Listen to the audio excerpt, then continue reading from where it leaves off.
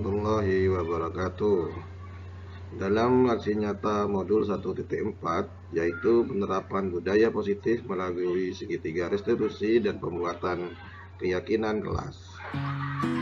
Saya, Tri Nurul Rajab, CGP Angkatan 8, Kabupaten Jember, BPGP Provinsi Jawa Timur, dengan pembimbing saya, pengajar praktik Ibu Mimin Yulistiawati dan fasilitator Bapak Budi Cahyono. Yang melatar belakangi aksi nyata kali ini yaitu hal yang mendasari membuat rancangan ini adalah untuk melakukan perubahan praktik disiplin dengan penerapan budaya positif sesuai dengan nilai-nilai kebajikan.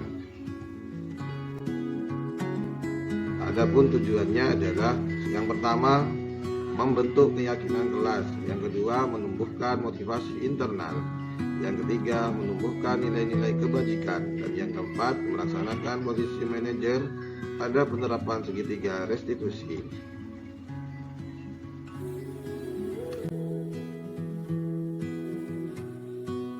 Sebagai tolak ukur aksi nyata kali ini, yang pertama yaitu terbentuknya keyakinan kelas, yang kedua tumbuhnya motivasi internal pada murid, yang ketiga tumbuhnya nilai-nilai kebajikan pada murid, dan keempat guru mampu menjalankan posisi manajer pada penerapan segitiga restitusi.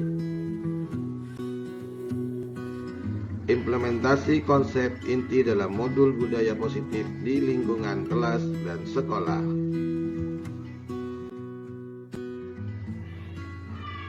Bersalaman saat memasuki kelas.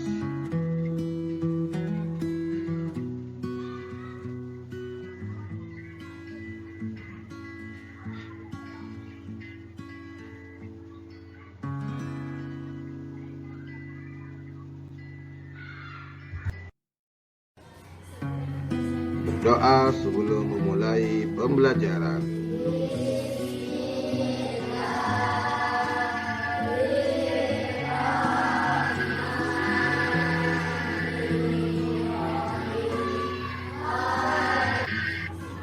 Berdiskusi saat pembelajaran di dalam kelas.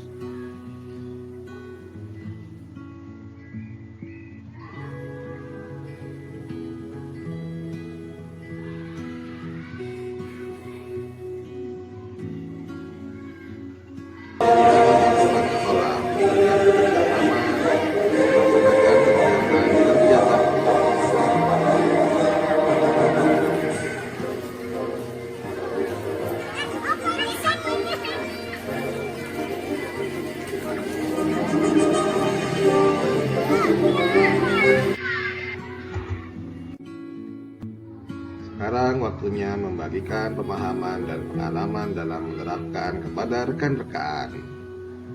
Assalamualaikum warahmatullahi wabarakatuh. Waalaikumsalam warahmatullahi wabarakatuh. Kepada yang terhormat Bapak Kepala Sekolah SDN Gumelar 3, kepada yang terhormat Dewan Guru SDN Gumelar 3 beserta stafnya, dan kepada yang terhormat juga kepada peserta calon guru penggerak yaitu Bapak Tri Nurul Rajab. Pertama-tama marilah kita panjatkan puja dan puji syukur kehadirat Allah Subhanahu wa taala sehingga kita dapat bertemu kembali dalam acara pagi hari ini. Sholawat serta salam marilah kita haturkan kepada Nabi Muhammad SAW. Semoga di hari kiamat kita akan mendapatkan syafaat dari beliau. Untuk acara hari ini yaitu desiminasi penerapan budaya positif melalui segitiga restitusi dan pembuatan keyakinan kelas. Susunan acaranya yaitu yang pertama pembukaan, kedua acara inti yaitu kegiatan diseminasi penerapan budaya positif melalui segitiga restitusi dan pembuatan keyakinan kelas. Acara ketiga yaitu refleksi, dan keempat penutup. Untuk acara pertama yaitu pembukaan, marilah kita buka acara ini dengan bacaan basmalah bersama-sama.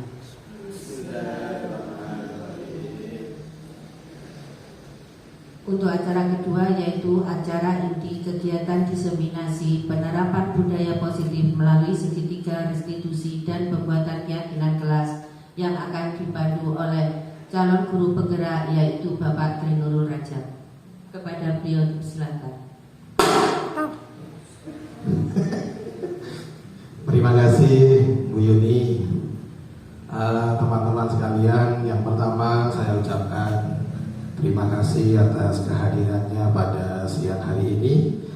Mudah-mudahan nanti kita ini memperoleh ilmu dan dapat menerapkannya dalam kegiatan sehari-hari di kelas. Untuk itu, sebelum kita memulai, marilah kita berdoa bersama menurut keyakinan masing-masing. Berdoa dimulai.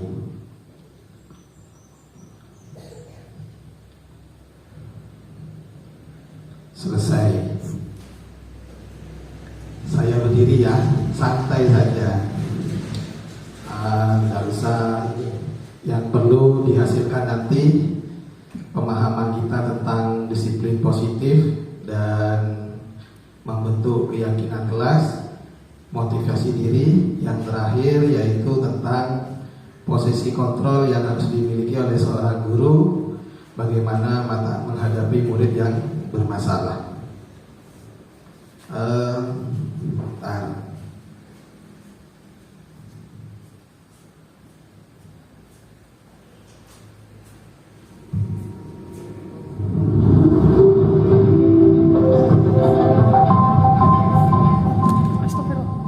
Seneng gawe kaya ngono iki. Kalau sudah tampil tuh seneng. Nah, diseminasi nanti ini berjudul penerapan budaya positif melalui segitiga restitusi dan pembuatan keyakinan kelas. Poin pentingnya adalah budaya positif, restitusi, dan keyakinan kelas. Saya itu CGP Angkatan 8 Kabupaten Jember, BPGB Jawa Timur, namanya Tri Nurul Rajab. Kemudian pembimbing saya ada dua. Yang pertama pengajar pelatihnya Ibu Mimin Yudhistawati yang pernah kesini melalui pendampingan individu. Terus fasilitator saya Bapak Budi Cahyono, itu orang Ponorogo, jauh sekali. Nah, yang melatar belakangi kegiatan pada siang hari ini yaitu hal yang mendasari membuat rancangan ini adalah untuk melakukan perubahan praktik disiplin dengan penerapan budaya positif sesuai dengan nilai-nilai kebajikan. Kenapa kok budaya positif? Karena dengan berbudaya positif ini kita dapat bergotong royong, bekerja sama, saling membantu. Karena sudah pikirannya positif, hal-hal yang ada dalam diri itu sudah positif. Tujuannya ini membentuk keyakinan kelas. Yang kedua, menumbuhkan motivasi internal. Yang ketiga, menumbuhkan nilai-nilai kebajikan. Yang keempat, melaksanakan posisi manajer pada penerapan segitiga restitusi.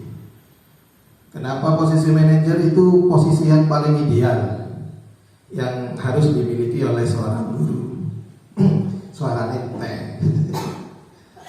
Terus tolak ukur keberhasilannya, terbentuknya keyakinan kelas. Diharapkan nanti kelasnya itu punya keyakinan kelas, peraturan kelas, dan memahami keyakinan kelas yang ada di kelasnya itu bagaimana. Dan punya motivasi internal pada murid yang murni.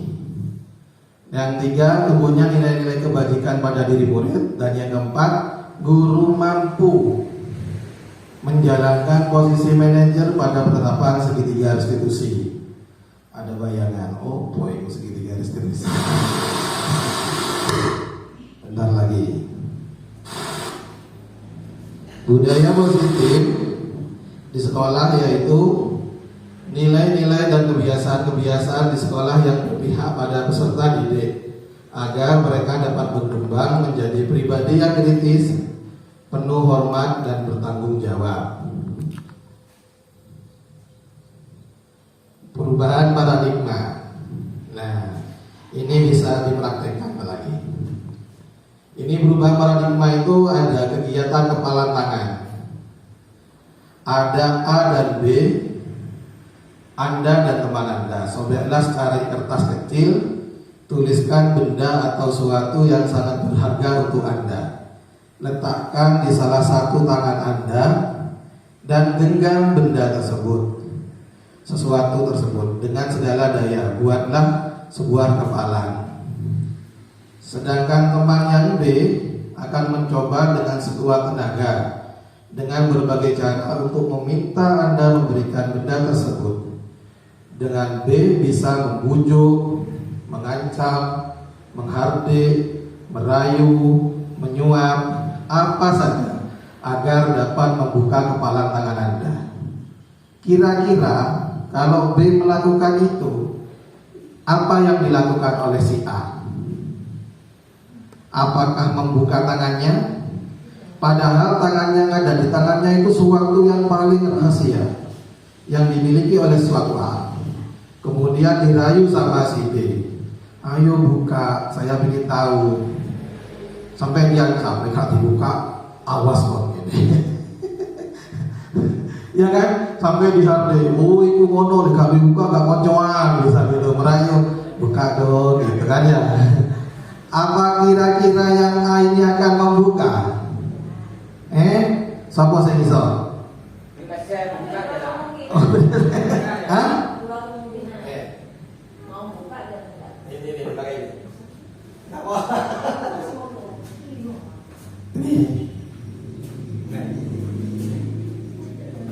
Tidak apa-apa, coba diulang. Diulang. Ada dua kemungkinan, mau membuka dan tetap pada pendiriannya. Kalau membuka karena apa? Kalau membuka karena ada muncul akal tadi. Terus? Kalau pendiriannya tetap karena dia memegang karena ini sifatnya rahasia. Oh gitu. Ada dua kemungkinan. Nah iya, kira-kira kan tadi saya bilang yang A ini adalah memegang rahasia diri yang orang lain itu tidak diketahui. Jawabannya Bu Roro, ada dua kemungkinan, bisa dibuka jika kita jual. Ya tidak apa-apa, itu ada. Terus kemudian bisa juga tidak dibuka ketika itu memang benar-benar rahasia, teguh pendirian gitu ya. Itu yang terjadi. Jadi inti dari perubahan paradigma ini adalah motivasi diri itu timbul ada pada diri pribadi. Sedangkan yang lain mengancam, menghardik, merayu, menyuap, katanya Mas Faris tadi, beri pesan, buka dia lah, belum tentu dia. Ya, itu ada dari pribadinya. Jadi motivasi diri paling kuat, pengaruh paling kuat itu ada pada diri sendiri, gitu loh.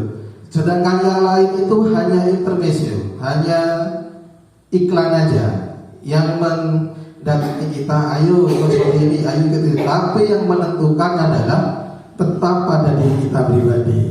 Itu perubahan paradigma yang ini. Karena mengapa?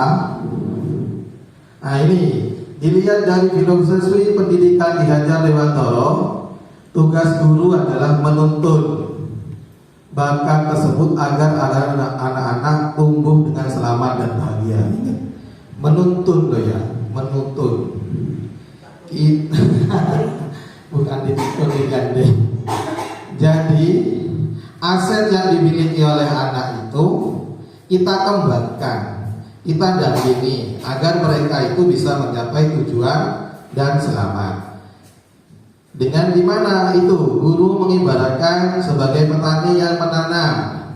Kemarin kalau saya ingat itu menanam padi, maka tumbuh berkembanglah seperti padi, rawatlah gitu sampai berkembang. Nah ketika tumbuhan padi itu berkembang besar, gitu kan, itu pasti masih ada rumput-rumput itu tadi. Nah itu faktor motivasi eksternal tadi.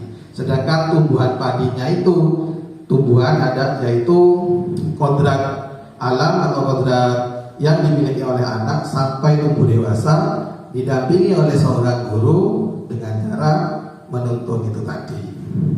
Terus kemudian kodrat alam dan kodrat zaman. Kodrat alam ini mengibaratkan anak itu lahir sudah memiliki takdir. Jadi kalau ibaratnya Ki Hajar Dewantoro itu sudah memiliki garis-garis hitam. Jadi kehidupannya itu sudah ada, tinggal dituntun aja.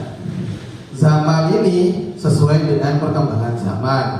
Kalau dulu tidak ada teknologi yang dijadikan sumber belajar, sekarang ada teknologi yang dijadikan sumber belajar gitu. Bukan tabula rasa, rasa-rasa ini. Tabula rasa itu mengibaratkan bahwa anak itu seperti kertas kosong. Di filosofi Ki Hajar Dewantoro tidak seperti itu. Seperti yang saya sebutkan tadi, sebuah anak terlahir dengan bakatnya masing-masing unik. Jadi anak itu lahir sudah punya bakat sendiri yang perlu dikembangkan. Caranya gimana?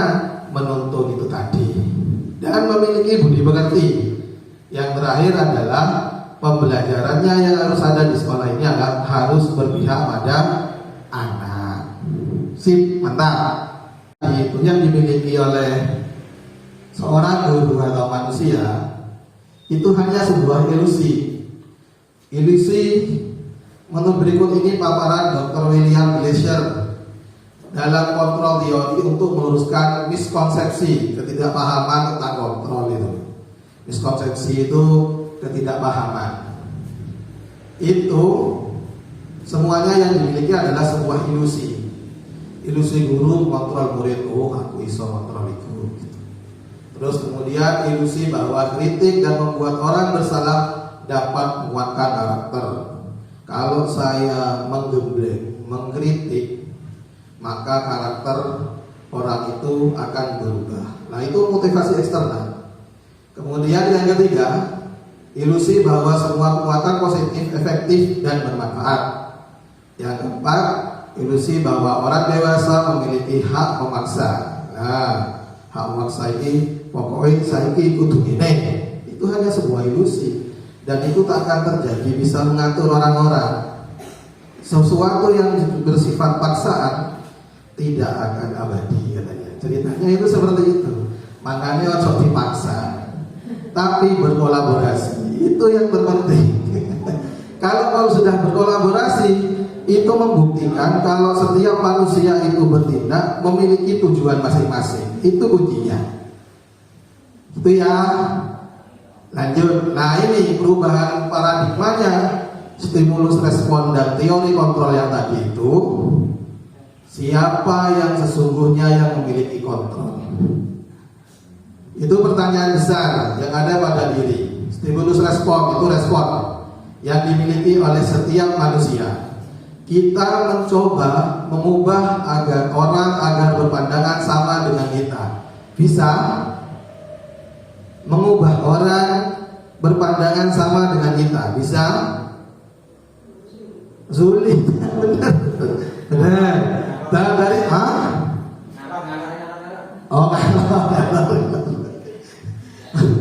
teori kontrolnya kita berusaha memahami pandangan yang lain tentang dunia. Nah, kalau kita memahami pandangan orang lain, kemudian kita satukan, kita padukan untuk mencapai suatu tujuan bersama, disepakati bersama, pasti nanti ada kesepakatan. Kalau responnya yang seperti tadi, oh itu bodoh, belum tentu. Orang yang datang ke sini pun tujuannya itu berbeda-beda. Iya toh? Iya. Terus yang kedua, perilaku buruk dilihat sebagai suatu kesalahan. Responnya jelek. Oh, Mas Faris mau nyiram iku gak kondo-kondo, contoh, ya kan? Tapi kan kita tidak tahu alasan Mas Faris nyiram iku apa gitu kan? Jadi itu harus perlu kita ketahui dulu sebelum menyimpulkan kalau perilaku Mas Faris itu jelek atau tidak. Jadi tidak menyimpulkan dulu ya. Terus teori kontrolnya semua perilaku memiliki tujuan. Nah, yaitu tadi yang saya sampaikan. Kita harus tahu setiap tindakan yang orang lakukan harus tahu tujuannya dulu, ditanyakan dulu, sehingga mindset negatif terhadap seseorang itu bisa berkurang. Mana ya? Stimulus yang ketiga, orang lain bisa mengontrol saya loh. Kecuali motivasi eksternalnya tadi itu hanya membayang, sedangkan dalam kontrolnya hanya Anda yang bisa mengontrol diri Anda sendiri. Nah, bagaimana mengontrol kita itu? Jadi kita sendiri dengan apa? Tujuan itu tadi. Kalau kita tahu sama tujuannya, pasti kita akan bersama-sama melakukannya, gitu loh. Terus yang keempat, 5 ya, pemaksaan ada pada saat bujukan gagal. Kalau diundang ke acara kegiatan rapat, gak kate teko, terus dipaksa, ayo teko, contohnya ngono ya. Nah itu termasuk dari stimulus responnya itu paksaan, dianggap gagal. Tapi kalau kolaborasi, konsensus, menciptakan pilihan-pilihan baru dengan tujuan masing-masing. Contohnya yang datang ini mendengarkan, ingin mencari ilmu, yang ngomong ke saya ingin menyampaikan ilmu yang saya dapat. Akhirnya terjadilah pertemuan hari ini, gitu. Terus sistem stimulus respon itu model berpikir menang kalah. Teori kontrolnya berpikir menang-menang. Nah di sini faktor, bukan faktor keberuntungan, faktor peluang yang terjadi di teori kontrol itu akhirnya terjadi model berpikir menang-menang gitu. Sampai di sini ada pertanyaan sebelum melanjutkan? Tidak ada. Alhamdulillah. Ini ada satu pemikirannya disiplin positif menurut teori kontrol, teori pilihan Dr. William Glasser. Kenapa memilih Dr. William Glasser ini sejalan dengan filosofi Ki-Hajar Dewantara, sehingga memilihlah yaitu kolaborasi tadi punyaannya Dr. William Glasser. Banyak pengembangan dari ini. Teori kontrolnya, Anda tidak bisa mengontrol orang lain, hanya Anda yang bisa mengontrol diri Anda sendiri. Ini peta konsepnya ya. Makna disiplin adalah belajar kontrol diri dengan menggali potensi kita agar mencapai tujuan mulia, yaitu sesuatu menjadi seseorang yang kita inginkan berdasarkan nilai-nilai yang kita hargai. Kemudian teori kontrol, semua perilaku memiliki tujuan seperti yang saya sampaikan tadi itu. Terus kemudian berhubungan dengan teori motivasi. Jadi orang melakukan ingin mencapai tujuan itu berkaitan dengan yang namanya teori motivasi. Kemudian modal berpikir menang-menangan, kolaborasi dan konsensus menciptakan pilihan-pilihan baru berkaitan dengan 5 posisi kontrol. Tak lagi akan kita bahas posisi kontrol yang harus dimiliki oleh seorang guru dan posisi yang paling ideal yang mana. Nanti kita bahas. 5 posisi kontrol adalah penghukum dan membuat rasa bersalah. Nanti ada videonya nih. Itu untuk menghindari hukuman atau motivasi eksternal yang negatif. Terus ada sebagai teman dan pemantau. Manajer itu yang positif, untuk mendapatkan imbalan itu teman pemantau. Oh, saya harus belajar biar nanti dikasih hadiah sama guru. Contohnya gitu. Yang terakhir sebagai manajer. Yang manajer ini adalah untuk menghargai diri sendiri dan harus melalui langkah-langkah segitiga restitusi namanya. Kemudian yang pertama menstabilkan identitas, yang kedua validasi kebutuhan, yang ketiga menanyakan keyakinan. Selanjutnya teori kontrol, teori pilihannya yaitu mengenai tentang kebutuhan. Realitas kebutuhan kita berbeda. Kita berusaha memahami pandangan orang lain tentang dunia. Setiap orang memiliki gambaran yang berbeda. 5 kebutuhan dasar manusia. Yang pertama itu bertahan hidup.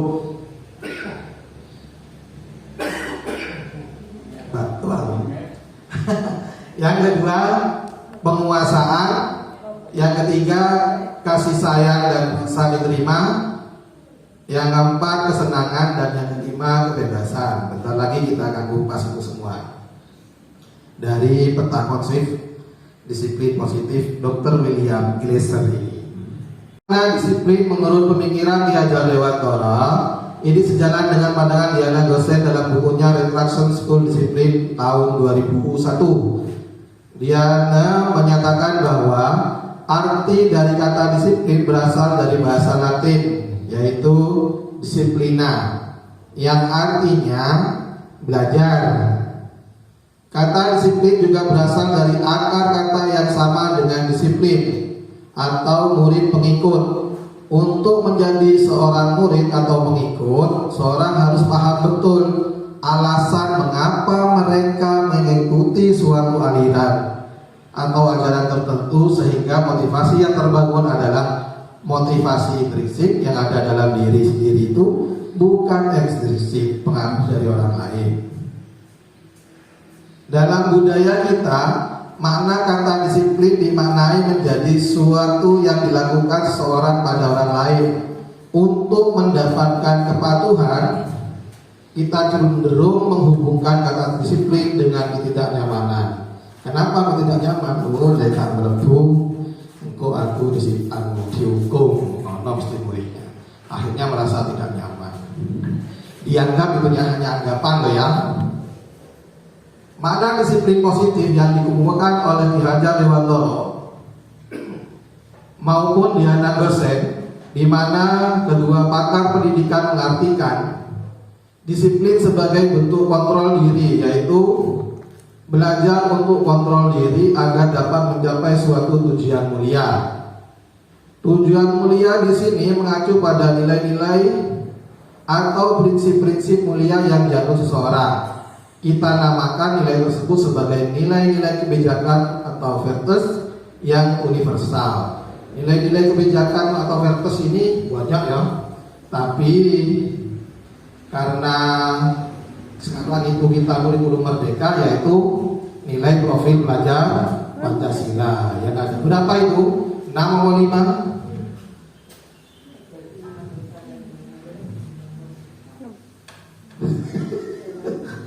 Ada 5 mana?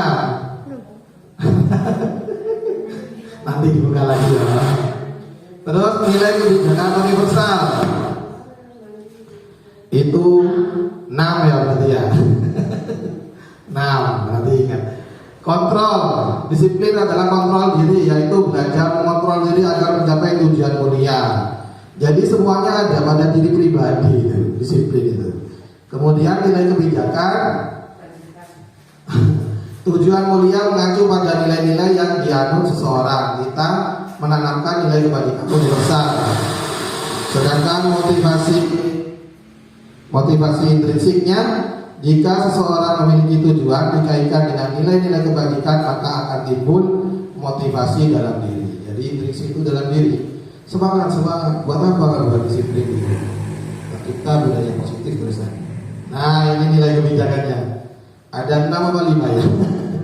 Yang pertama, beriman dan bertakwa kepada Tuhan Yang Maha Esa dan berakhlak mulia. Itu 1. Mandiri, bernalar kritis, berkepentingan global, bergotong royong, dan kreatif.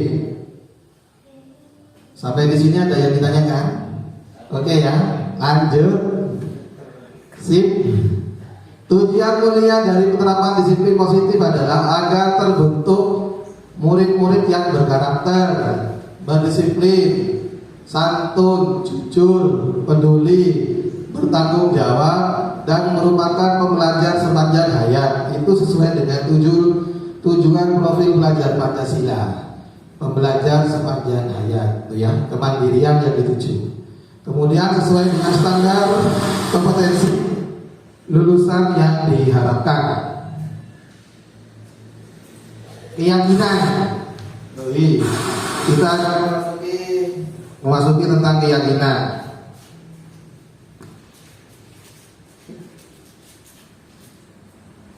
Mengapa kita memiliki peraturan tentang penggunaan pada saat mengendarai kendaraan beroda 2 atau motor, ini pertanyaan memantik ya. Kemungkinan jawabannya Anda adalah untuk keselamatan. Keselamatan itu nilai kebijakan universal? Iya, betul. Terus yang kedua, mengapa kita memiliki peraturan tentang penggunaan masker dan mencuci tangan setiap saat? Kemungkinan jawabannya adalah untuk kesehatan dan atau keselamatan. Nah, yang menunjukkan keyakinannya yang mana? Kata yang mana? Dari pertanyaan tematik itu, yang menunjukkan keyakinan kata yang mana atau kalimat yang mana? Nah, betul. Yang menunjukkan keyakinan adalah keselamatan. Kenapa? Karena dengan menggunakan helm saat mengendarai motor kendaraan roda 2, insya Allah selamat gitu. Sip, mantap. Lanjut. Keyakinan kelas ini pengertiannya adalah nilai-nilai kebajikan atau prinsip-prinsip universal yang disepakati bersama secara universal, lepas dari latar belakang suku, negara, bahasa maupun agama. Menurut dosen tahun 1998, suatu keyakinan akan lebih memotivasi seorang dari dalam intrinsik, dalam diri lagi, seseorang akan lebih bersemangat untuk menjalankan keyakinannya daripada hanya sekedar mengikuti rangkaian peraturan. Itu pengertiannya. Pembentukan keyakinan kelas. Keyakinan kelas biasanya jadi-jadinya seperti ini. Keyakinan kelas bersifat abstrak daripada peraturan yang lebih rinci dan konkret. Yang kedua, keyakinan kelas berupa pertanyaan pernyataan yang universal. Yang ketiga, pernyataan keyakinan kelas senantiasa dibuat dalam bentuk positif. Tidak itu biasanya tidak ada. Keyakinan kelas hendaknya tidak terlalu banyak sehingga mudah diingat dan dipahami. Yang poin-poin aja ya. Yang kelima, semua warga kelas sebaiknya ikut berkontribusi dalam membuat kegiatan kelas lewat curah pendapat. Jadi semua berhak berpendapat, siswa-siswanya itu. Yang keenam, bersedia meninjau kembali keyakinan kelas dari waktu ke waktu. Kapan ditinjau? Ketika sudah keyakinan kelasnya tersebut itu sudah tidak sesuai lagi dengan kodrat zamannya atau keadaan kelasnya. Ya, sudahkah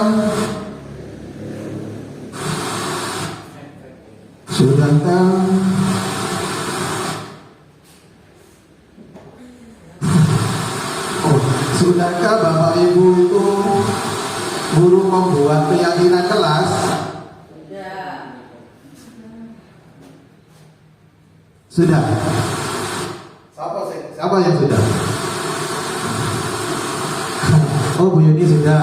Bu Roro sudah, Bu Roro? Sudah. Ya. Sekarang kita praktekkan bentuk keyakinan kelas yang sudah dibuat salah satu kelas. Siapa yang mau baca? Tak ketik di depan. Nanti kita lihat keyakinan kelas yang terbentuk di kelas seperti itu apa gitu loh. Punya siapa? Punya Bu Yuni yang mau dibaca? Ayo tak ketik dulu ya. Ini kita jadikan contoh.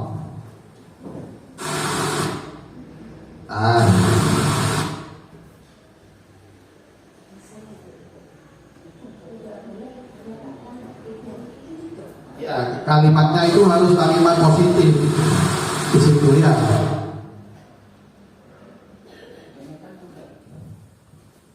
Nggak bisa.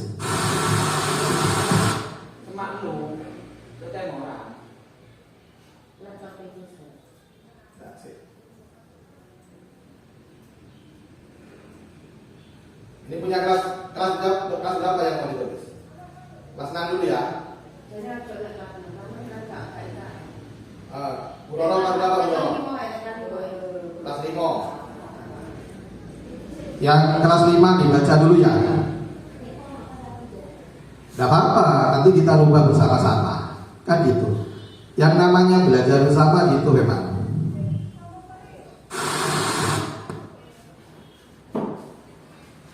Yang pertama apa Bu Nurul? Masuk tepat waktu. Pakai mic. Tidak mau sok. Kelasnya sama dulu. Kelas 5 ya. Masuk Tepat waktu. tepat waktu. Yang kedua, Memakai seragam sesuai jadwal. tulisan.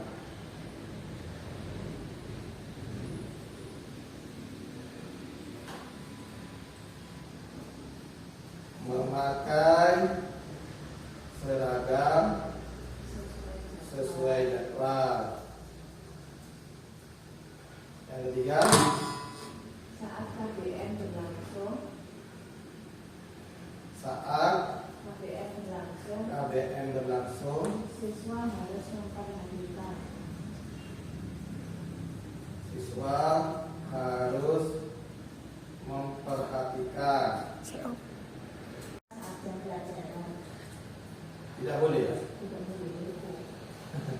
Tidak boleh makan saat Jam pembelajaran, kecuali kecuali apa? sesuai apa ya? Kecuali apa? Ada jadwal makan bersama. supaya Ada jadwal makan bersama. Oh ini tak kelas ini. Tidak boleh makan. Ya, terus lanjut. Tidak boleh membuang sampah di dalam kelas. Tidak boleh membuang sampah di dalam kelas. Terus Sesama teman harus rukun. Tidak boleh atau tidak boleh berdekat. sesama teman harus rukun. Atau tidak boleh berdekat. Tidak. Tidak boleh dekat.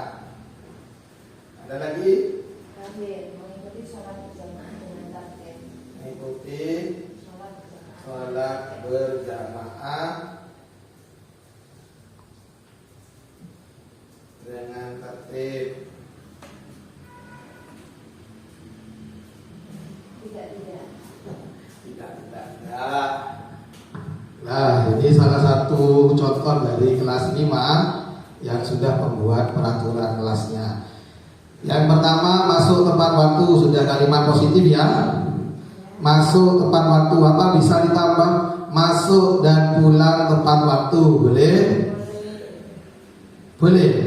Boleh, tak tambahin ya.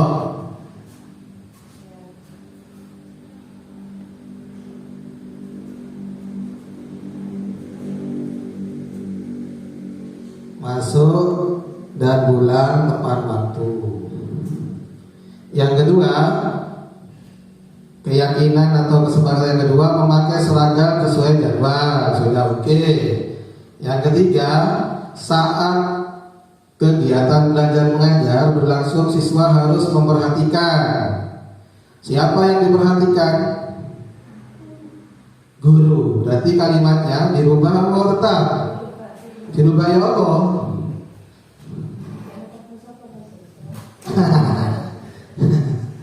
Dirubah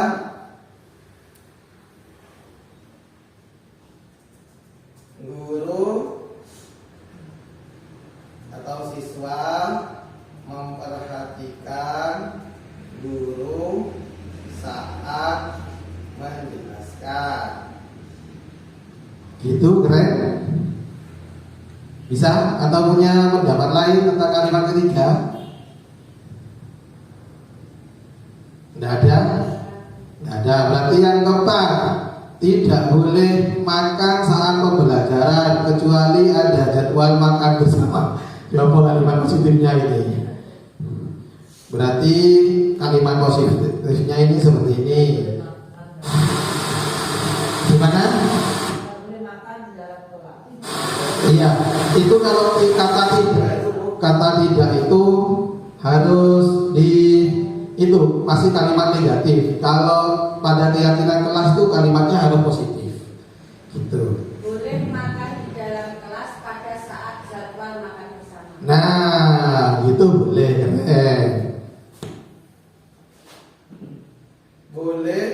Boleh makan di kelas Saat pembelajaran pada atau waktu ada, kecuali dari waktu waktu ada jadwal makan bersama. ada jadwal makan bersama. Gitu keren? Ya, sama artinya. Oh, waktu.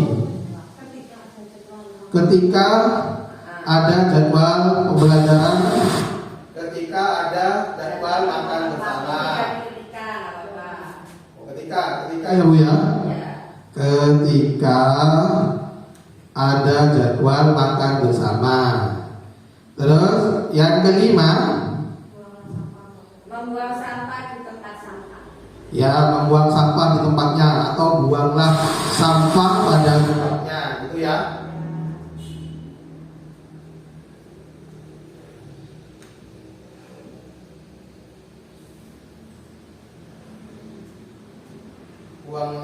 Buanglah sampah pada tempatnya.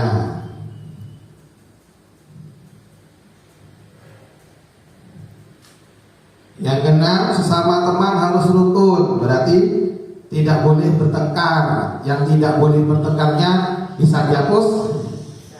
Bisa.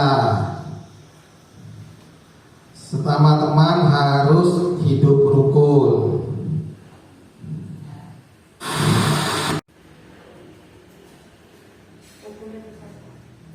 Hidup rukun. Terus yang terakhir, mengikuti sholat berjamaah dengan tertib. Nah, sekarang kita lihat nilai kebijakannya yang ada di nomor 1 itu apa? Masuk dan pulang tepat pada waktunya. Nilai apa itu? Menghargai disiplin. Berarti nilainya kedisiplinan, gitu ya. Nilainya kedisiplinan.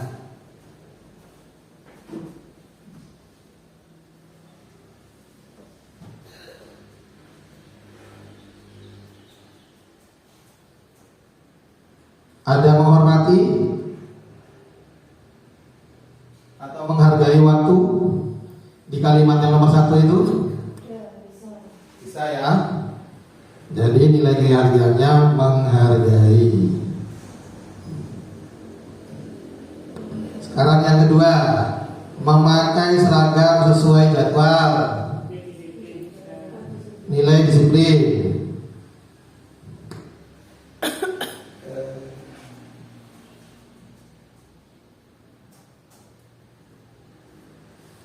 Ada lagi selain disiplin? Satu saja ya. Yang ketiga, siswa memperhatikan guru saat menjelaskan. Itu nilai keyakinannya apa? Atau nilai kebijakannya? Menghargai.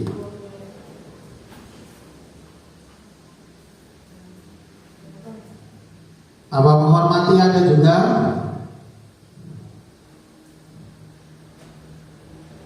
Bisa? Menghormati.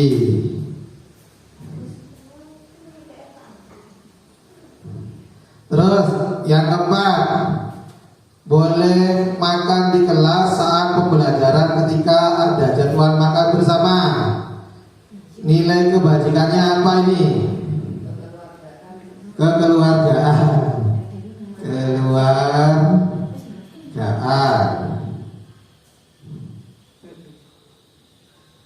Ada lagi selain kekeluargaan? Iya. Menghormati.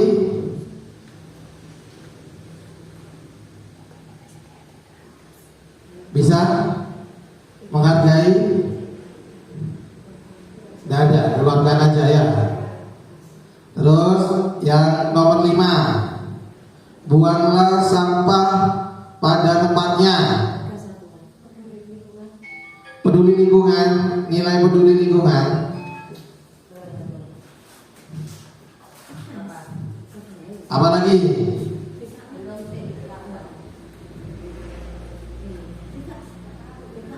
Menghargai ada? Hah? Tidak ada. Hanya peduli lingkungan itu. Terus yang nomor 6, sesama teman harus hidup rukun. Nilai kebijakannya apa, busuk? Apa? Toleransi. Busuk supaya mau jawab ya, soalnya. Toleransi. Terus apa lagi? Kalau kita hidup rukun harus saling menyayangi. Oh, ini gak betul ya, menyayangi. Jawabannya kameramen, ini kameramen. Lalu lagi apa lagi? Mengasihi. Menyayangi. Terus selanjutnya ada menghormati. Oh, menghormati. Menghormati. Sudah ya? Ada lagi nilai kebijakannya? Tidak ada. Terus yang terakhir, mengikuti sholat berjamaah dengan tertib. Ada nilai kebajikan di itu profil pelajar Pancasila. Apa yang pertama? Beriman. Beriman dan bertakwa kepada Tuhan yang Maha Esa dan berakhlak mulia. Tepuk tangan anak-anak. Tepuk tangan sekali. Tepuk tangan sekali.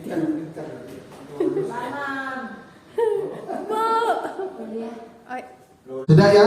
Sudah terbentuk tentang keyakinan kelas di salah satu di SD Gumelar 3? Nah, untuk materi berikutnya yaitu tentang kebutuhan dasar manusia yang tadi sudah ada di sebelah kiri itu. Kebutuhan dasar manusia itu yang pertama kebutuhan bertahan hidup, yang kedua kasih sayang dan rasa diterima. Yang tadi itu katanya dua itu. Kemudian kebebasan, kesenangan dan penguasaan. Bertahan hidup itu survival bersifat fisiologis, yaitu seperti kesehatan, rumah, makanan, bahkan kebutuhan untuk berkembang atau kebutuhan biologis dan rasa aman. Terus yang rasa diterima itu love and belonging. Dapat diterima itu sebagai guru wajib menerima apa adanya sesuai kodrat setiap murid setiap murid, karena murid itu adalah unik dengan kekuatan masing-masing. Jadi murid itu terlahir dengan kodrat alamnya sendiri-sendiri, makanya dibilang unik. Terus yang ketiga kebebasan atau freedom. Kebebasan atau freedom itu membuat pilihan mandiri, memiliki otonom. Murid harus diberikan kesempatan untuk membuat pilihan dan bertanggung jawab atas pilihannya dengan mencoba hal-hal baru mengendalikan arah kehidupannya. Kebutuhan yang keempat yaitu kesenangan, butuh senang ya. Iya benar. Taufan, yaitu kegiatan yang menyenangkan, bisa menikmati apa yang dilakukan. Jadi pembelajaran itu harus menyenangkan, bahagia, selamat. Ya kok paikem itu tadi. Terus iya, pembelajaran aktif, kreatif, inovatif dan menyenangkan. Wis lama itu. Terus yang terakhir penguasaan atau power.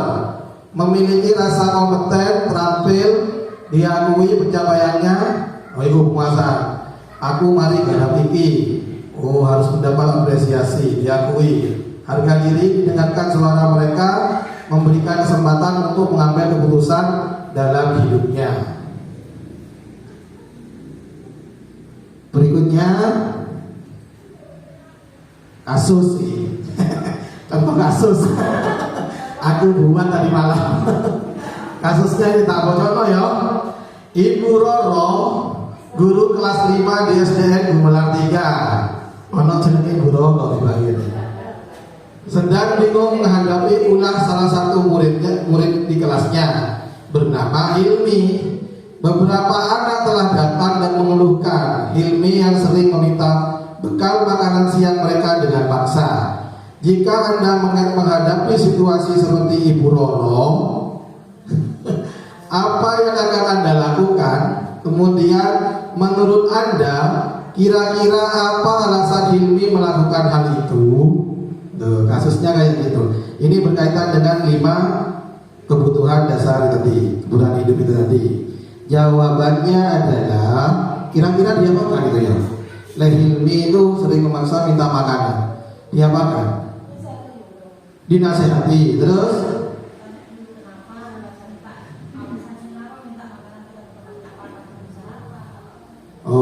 meminta alasannya atau meminta tujuannya ya.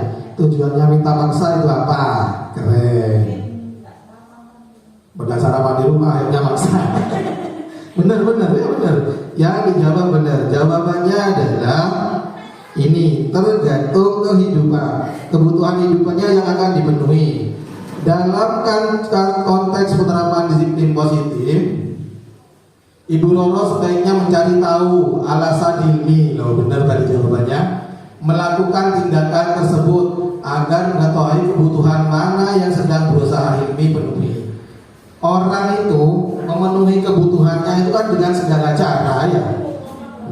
Cara mendapatkan kasih sayang, cara untuk memenuhi kebutuhan hidup, cara mendapatkan penguasaan. Nah, jadi yang pertama identifikasi itu memang dibutuhkan.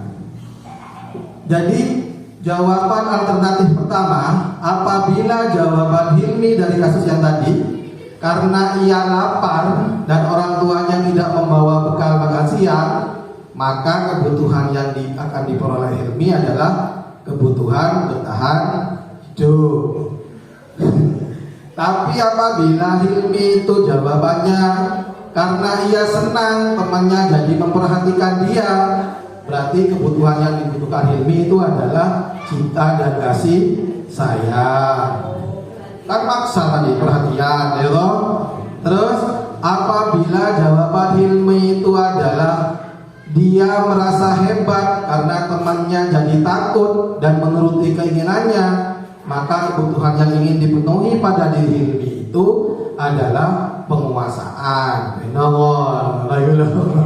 Terus yang keempat, apabila jawaban Hilmi karena dia merasa bosan dengan bekal yang dibawakan ibunya, karena selalu membawakan bekal yang sama, maka kebutuhan hidup yang ingin dipenuhi oleh Hilmi adalah kebebasan.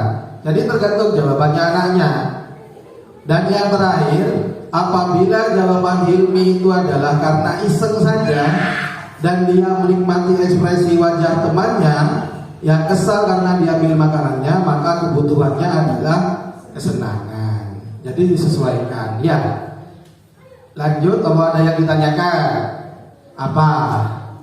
Oh, belum, sedikit. Oke, lanjut ya. Berikutnya, nah ini teori motivasi yang kita bicarakan sejak tadi itu. Yang saya bilang motivasi eksternal dan motivasi dalam diri, yaitu internal. Untuk mencapai tujuan positif itu keberhasilannya banyak diperoleh dari motivasi diri. Yang pertama, teori motivasi perilaku manusia. 1. Untuk menghindari ketidaknyamanan atau hukuman. Apa yang akan terjadi apabila saya tidak melakukannya? Benos. Dikasih tugas sama gurunya, dia sudah saya kerjakan. Jadi pikirannya kan, apa yang terjadi pada saya nanti kan belum tahu. Nah nanti itu berkaitan dengan 5 posisi itu tadi. Yang kedua, untuk mendapatkan imbalan dari orang lain, institusi, apa yang akan saya dapatkan apabila saya melakukannya.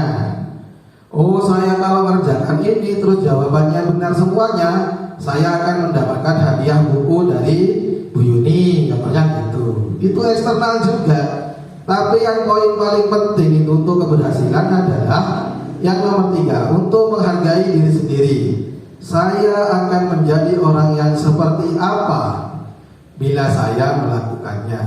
Jadi itu motivasi internal untuk mencapai tujuan disiplin positif. Kalau sudah ada, maka akan terjadi kolaboratif, kerjasama. Oh no, oke boys, sip. Nah, motivasi tadi itu berkaitan dengan kata merdeka. Saya mengutip salah satu kutipan dari Bapak Pendidikan kita, yaitu Ki Hajar Dewantoro itu tadi. Menurut Ki Hajar Dewantoro, merdeka itu artinya tidak hanya terlepas dari perintah, akan tetapi juga cakap buat pemerintah diri sendiri.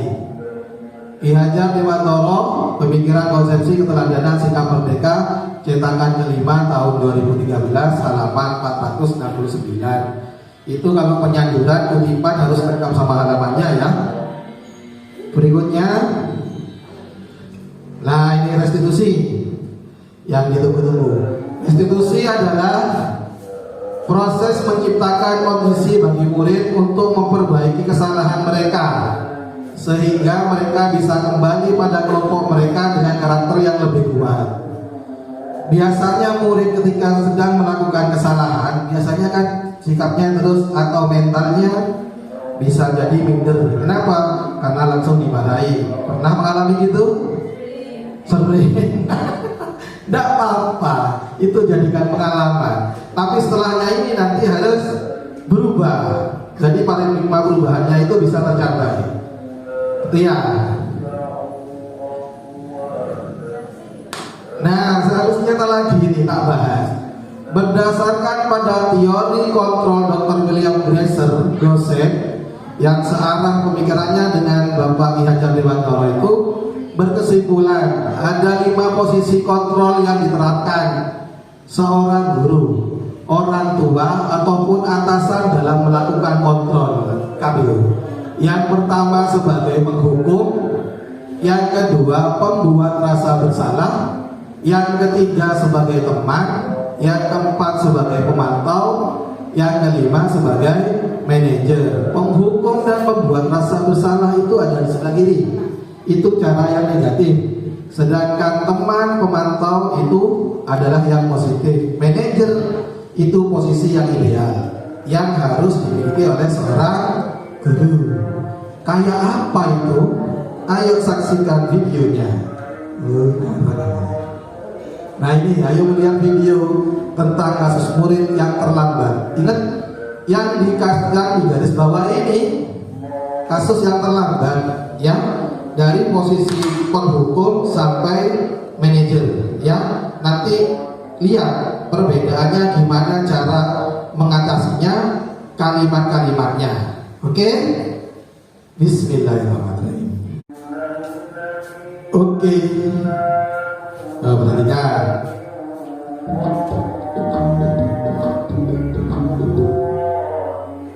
Salam bahagia Ibu dan Bapak Guru hebat.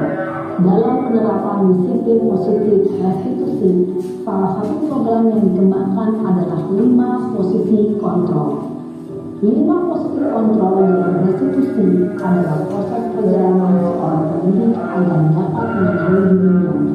Pada video kali ini, kita akan membahas tentang 5 posisi kontrol yang dikembangkan oleh dosen dan contoh penerapannya.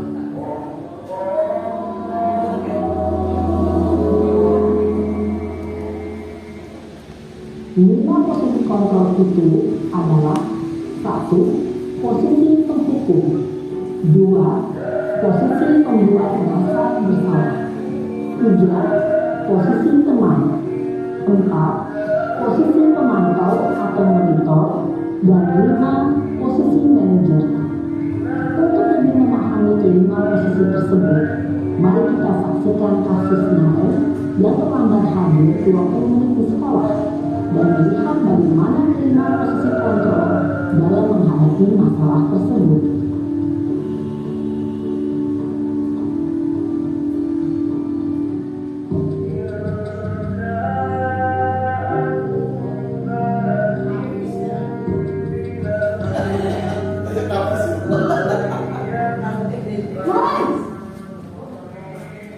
Sini kamu. Maaf Bu. Kamu terlambat. Kamu deh, pasti terlambat. Maaf Bu. Saya Apa? Apa coba? Alasan kamu apa lagi? Kapan sih kamu tidak terlambat? Malah sekalian kamu jadi anak. saya Dasar pemalas. Gak kapok-kapok sih kamu. Sudah berapa kali terlambat? Sana, kamu keliling lapangan basket 2 kali.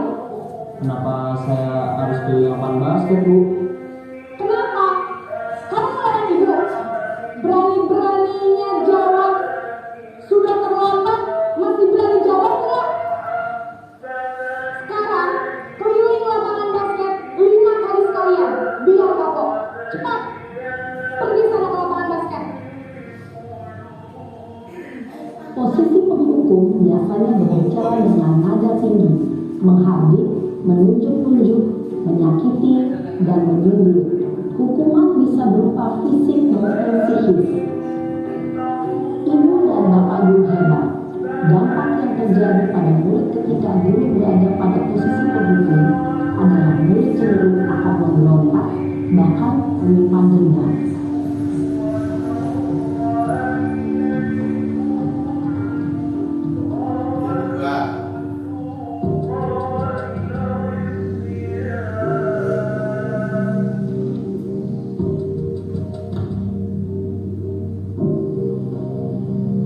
Naren!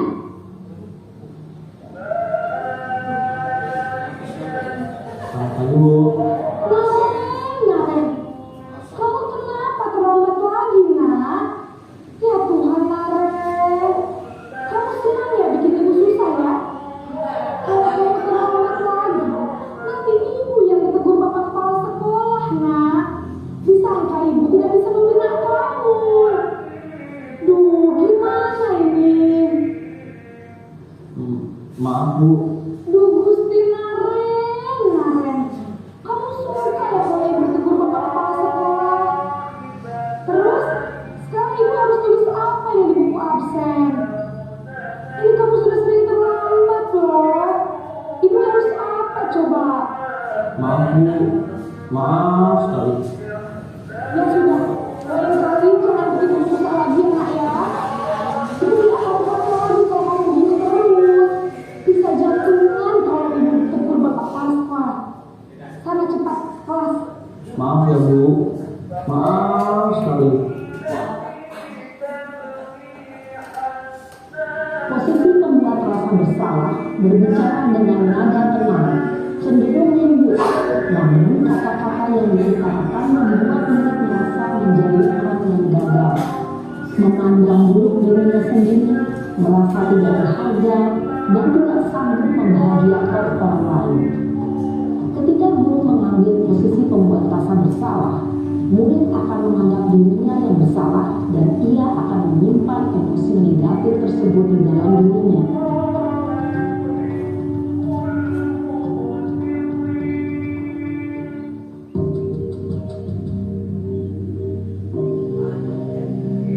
Iya, pokok masalahnya tetap terlambat sekarang.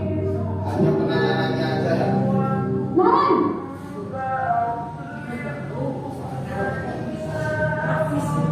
Maaf Bu. Wah, sudah jam berapa ini, nak? Iya Bu. Habis ibu saya lupa bangunkan saya Bu. Kamu malah menyalahkan ibu kamu. Kamu bukannya anak yang larinya paling kencang. Kok terlambat sih? Iya Bu. Saya memang terlambat bangun tadi.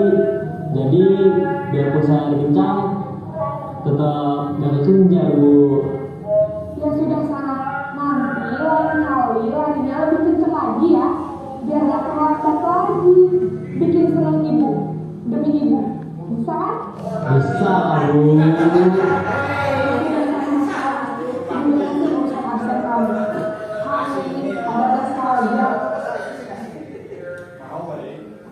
Dalam posisi teman, guru berbicara dengan nada suara ramah, akrab, cenderung bersenda gurau untuk menjaga suasana tetap santai.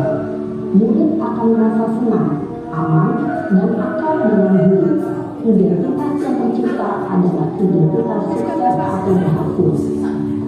Namun, perlu diingat, karena ini masih dorongan eksternal, maka ada faktor ketergantungan dari murid kepada orang tertentu. Di sini guru absennya, sehingga berlalu waktu, murid bisa berperilaku baik, namun hanya kepada orang-orang tertentu saja.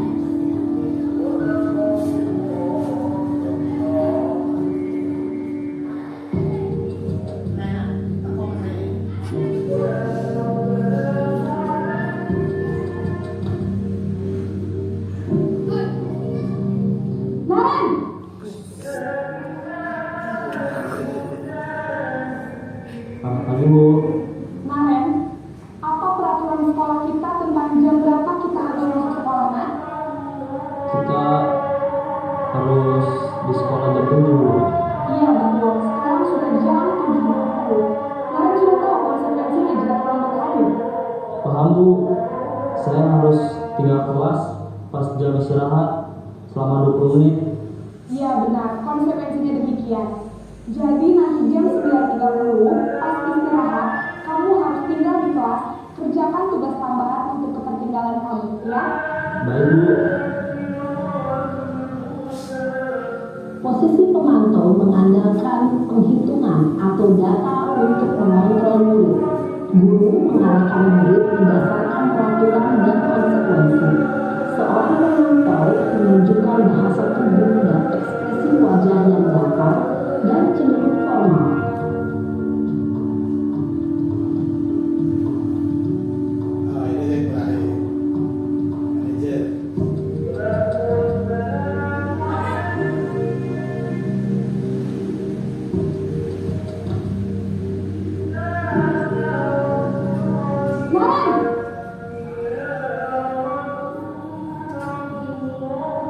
Selamat pagi, Bu. Selamat pagi, Naren. Maaf, Bu. Saya terlambat. Iya, sekolah masuknya jam 7, sekarang sudah jam 7.20. Jadi sekarang bagaimana nih, Naren? Maaf, Bu. Saya lupa setel alarm saya semalam. Baiklah, menurut kamu, keyakinan sekolah yang mana yang perlu kamu tingkatkan? Menghargai diri sendiri dan orang lain mungkin, ya, Bu. Setuju. Jadi, apakah Naren meyakini prinsip saling menghormati tersebut? Iya, Bu. Saya meyakininya. Apakah Naren bersedia memperbaiki masalah keterlambatan ini? Bersedia, Bu. Bagaimana kamu akan perbaiki masalah keterlambatan ini? Saya akan coba untuk tidak lupa menyetel alarm saya, Bu.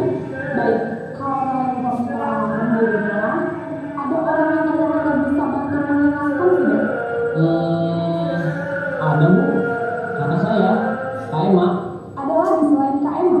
Selain Kak Emma, ada ibu saya. Baik, jadi yang mengingatkan Naren adalah Kak Emma dan Ibu Nadia.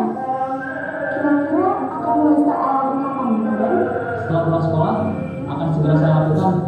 Baik, jadi Naren akan setel alarm untuk bangun besok pagi dan akan diingatkan oleh kakak dan ibu dan Naren, ya. Ada lagi yang mungkin perlu dilakukan, Naren, agar tidak terlambat bangun lagi. Tidak ada, Bu. Baik, Naren, terima kasih untuk bersama kamu. Sekarang kamu pergi kembali ke kelas untuk belajar. Baik, Bu. Terima kasih. Posisi manajer adalah posisi kontrol yang disarankan untuk membimbing murid memiliki sikap disiplin yang positif, yaitu murid yang mandiri, bertanggung jawab, dan dapat memecahkan masalah. Tujuan dari posisi ini adalah agar murid dapat berefleksi atas tindakannya. Guru akan dengan tulus memberikan pertanyaan-pertanyaan bermakna, sehingga murid dapat belajar dari kesalahannya dan mencari sebuah solusi untuk menyelesaikannya. Ibu dan bapak guru hebat, setelah mengamati adegan kelima posisi kontrol tadi, kira-kira posisi mana yang paling ideal? Posisi mana yang dapat menunjang motivasi intrinsik murid? Ya, tentu posisi manajer. Posisi ini memang posisi ideal yang ingin dituju setiap pendidik. Pada posisi inilah, guru dapat menerapkan disiplin positif yang berpihak pada murid, yang memerdekakan murid. Perjalanan seorang pendidik tentunya tidak mudah untuk sampai pada posisi seorang manajer.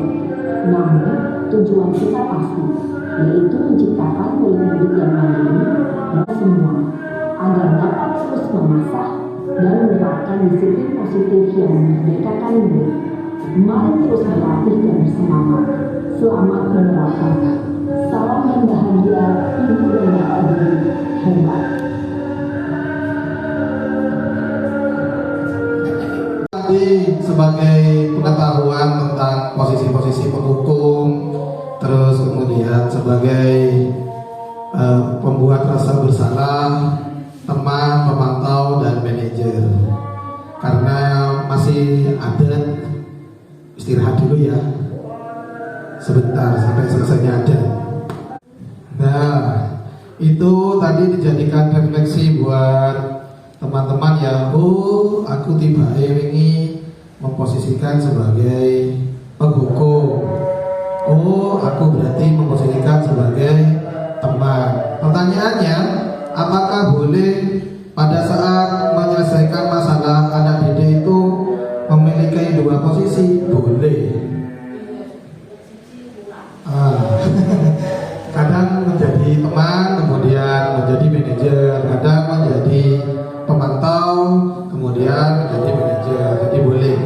Untuk keterangan yang tadi itu masalah motivasi eksternal, penghukum, pembuat orang bersalah, teman, pemantau, itu masuk dalam motivasi eksternal. Sedangkan motivasi intrinsik itu ada pada yang namanya manajer. Perilaku kontrol negatif itu yaitu menghukum dan membuat rasa bersalah. Sedangkan perilaku kontrol positif itu teman pemantau. Yang kontrol diri seorang manajer. Maka dari itu guru itu sabar, kunci utama.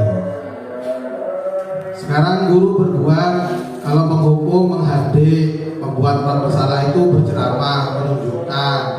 Biasanya kalau menghukum itu suaranya keras, hoi, teman, iya, membuatkan alasan-alasan untuk muridnya, memantau, menghitung dan mengukur. Biasanya keyakinan kelasnya itu sudah mulai ada. Sedangkan manajer itu mengajukan pertanyaan-pertanyaan yang membawa siswa ke arah yang lebih baik.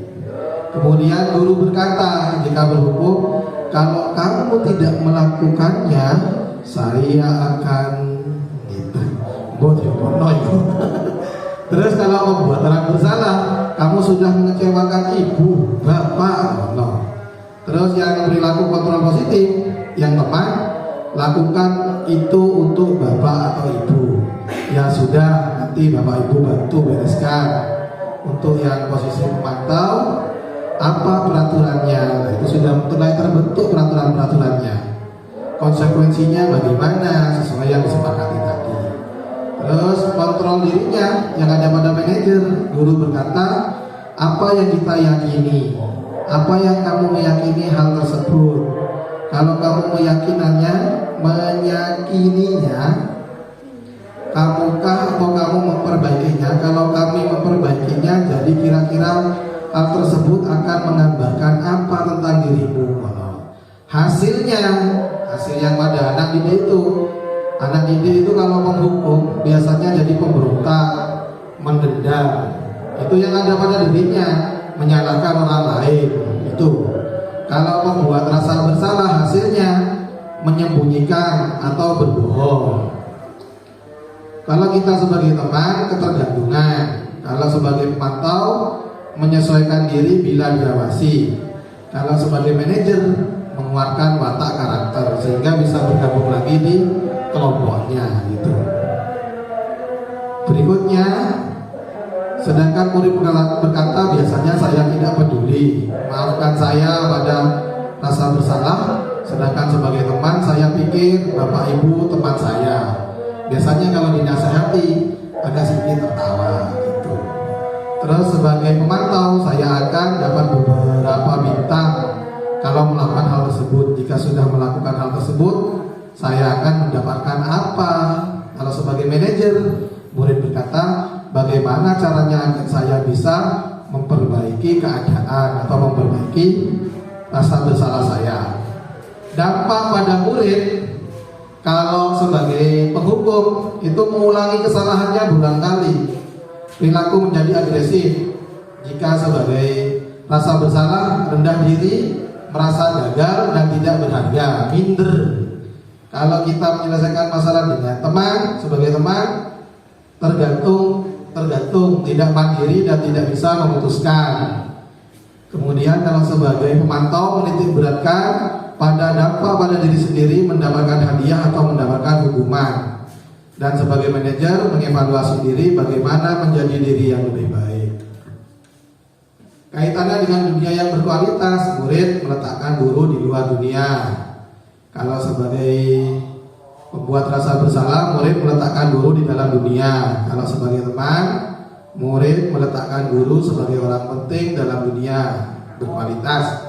Sebagai pemantau, murid meletakkan guru dengan peraturan dunia berkualitas. Tapi kalau sebagai manajer, murid meletakkan dirinya sebagai individu yang positif dalam dunia berkualitas. Pokoknya sih positif terus. Yang menjadi panduan dalam segitiga restitusi ini segitiga restitusi. Segi saya nulis ngantuk berarti. Segitiga restitusi itu seharusnya ya, sesuai yang ada di tengah itu, yang ada di warna kuning. Langkah pertama adalah menstabilkan identitas seperti pada video tadi itu.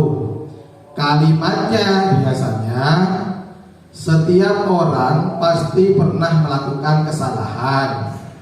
Bapak juga seperti itu gitu. Terus kamu bukan satu-satunya yang pernah melakukan ini. Dulu Bapak masih kecil juga pernah. Jadi identitasnya itu sudah, dia percaya dirinya sudah mulai terangkat. Terus langkah yang kedua, validasi tindakan yang salah. Kalimatnya, kamu tentunya punya alasan mengapa melakukan itu, seperti yang diucapkan Pak Miftah tadi itu. Terus, adakah cara yang lebih efektif untuk mendapatkan apa yang kamu butuhkan? Gitu. Kemudian yang ketiga, menanyakan masalah keyakinan yang sudah disepakati bersama. Keyakinan kelas apa yang telah kita sepakati? Yang mana? Gitu. Kamu ingin menjadi orang seperti apa dari keyakinan kelas yang telah disepakati? Ada pertanyaan? Tidak ada? Oke.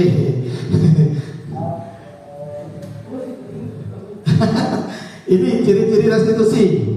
Yang pertama, bukan untuk menebus kesalahan, namun untuk belajar dari kesalahan. Yang kedua, memperbaiki hubungan. Yang ketiga, tawaran, bukan paksaan. Jadi ditawarkan, ayo ajakan. Yang keempat, restitusi menuntun untuk melihat ke dalam diri, bukan orang lain. Kemudian yang kelima, restitusi mencari kebutuhan dasar yang mendasari tindakan. Yang keenam, restitusi diri adalah cara yang paling baik untuk memperbaiki diri. Yang ketujuh, restitusi fokus pada karakter, bukan tindakan. Tadi tidak merusak karakter sama sekali. Yang kedelapan, restitusi fokus pada solusi.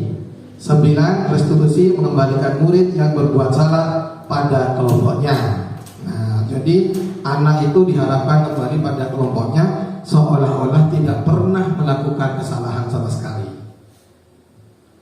Ini contoh praktek di SDN Gumelar 3 mengenai posisi kontrol manajer. Dengarkan ya. Aktornya Pak Guru dan Mas Gilang.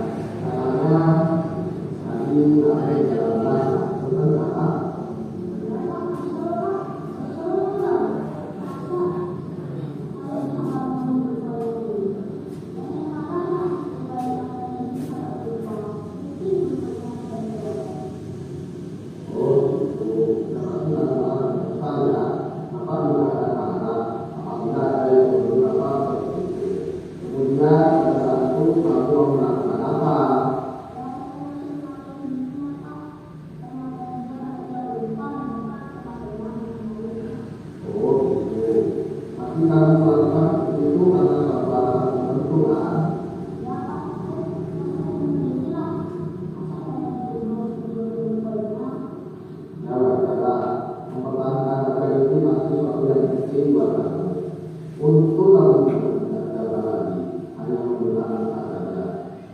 Iya Pak, itu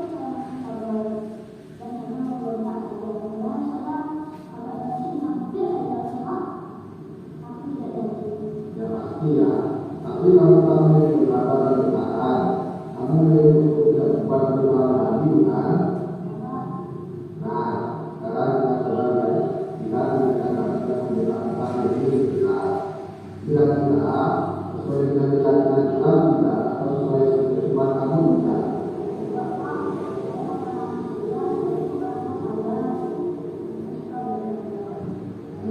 Jadi keyakinan kamu itu mana yang sesuai dengan keyakinan kamu?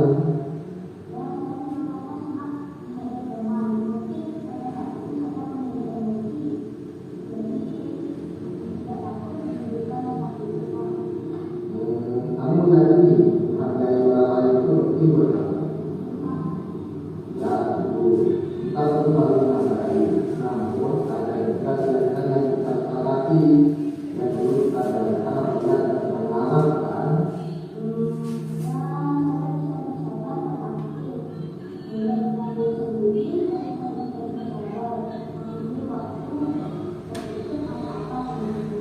Kira-kira kamu juga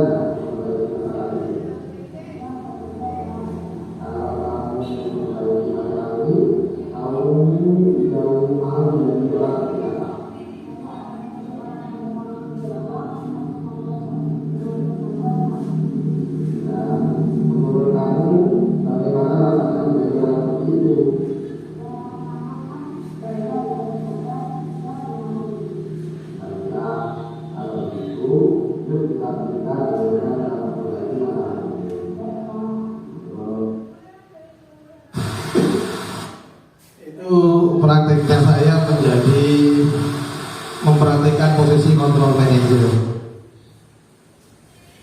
dan alhamdulillah sudah dilaksanakan dan hasilnya cukup baik. Dan terakhir Bapak Ibu, kita sudah mempelajari sejak awal sampai akhir ini. Kira-kira kesimpulan yang kita tarik apa pada kegiatan kita hari ini?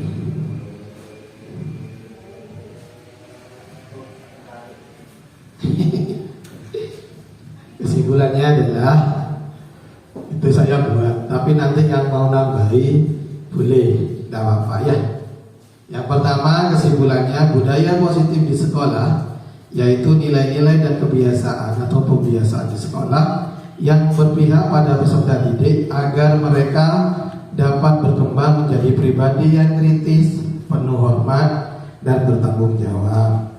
Nilai universalnya muncul lagi. Yang kedua, keyakinan yaitu nilai-nilai kebaikan universal yang disepakati bersama.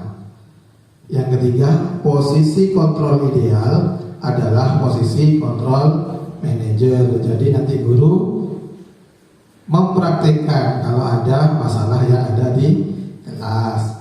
Yang keempat, dengan posisi manajer kita dapat menjalankan segitiga restitusi itu. Sudah? Ada yang mau ditambahkan? Atau pertanyaan? Berarti sudah oke semua, alhamdulillah.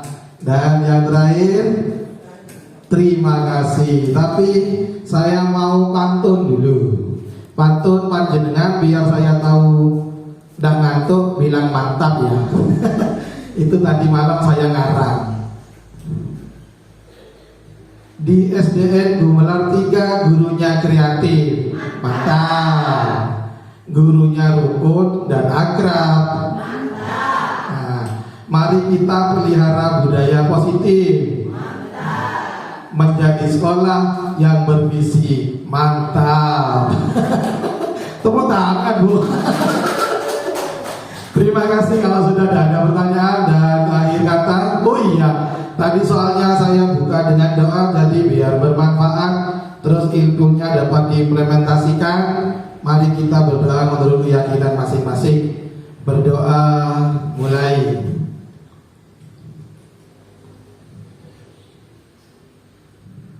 Selesai. Terima kasih. Akan saya serahkan ke moderator kembali. Demikian acara inti, yaitu kegiatan diseminasi penerapan budaya positif melalui segitiga restitusi dan pembuatan keyakinan kelas yang telah disampaikan oleh Bapak Tri Nurul Raja. Semoga ilmu yang disampaikan bermanfaat bagi kita dan kita bisa mengaplikasikan dalam kegiatan kita berikutnya. Demikian acara demi acara telah kita lalui. Untuk acara berikutnya, yaitu acara terakhir penutup, marilah acara ini kita tutup dengan bacaan hamdalah bersama-sama.